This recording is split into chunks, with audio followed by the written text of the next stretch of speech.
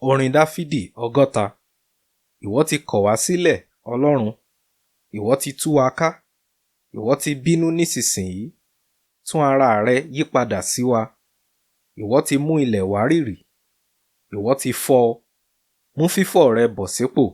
Nítorí tí ó mì, ìwọ ti fi ìgbà ewu hàn àwọn ènìyàn rẹ. Ìwọ fún wa ní wáìnì tí ó máa ń ta wá gbọ̀nàgbọ̀nà. Àwọn tí ó bẹ̀rù rẹ ni ìwọ fi ọ̀págun fún, kí a lè fihàn nítorí òtítọ́. Sélà. Fi ọwọ́ ọ̀tún rẹ gbà wá, kí o sì ràn wá lọ́wọ́, kí a lè gba àwọn tí o fẹ́ là. Ọlọ́run ti sọ̀rọ̀ láti ibi mímọ́ rẹ̀. Ní ayọ̀, èmi ó pọ̀ Ṣékémù jáde.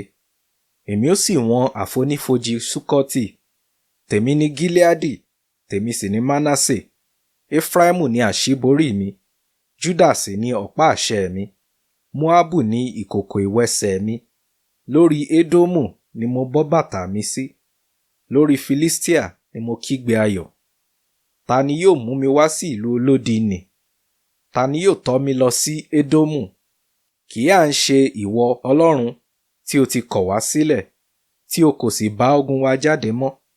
Fún wa ní ìrànlọ́wọ́ lórí àwọn ọ̀tá, nítorí asán ni ìrànlọ́wọ́ ènìyàn. Nípa Ọlọ́run ni a ó ní ìṣẹ́gun, yóò sì tẹ àwọn ọ̀tá wa mọ́lẹ̀.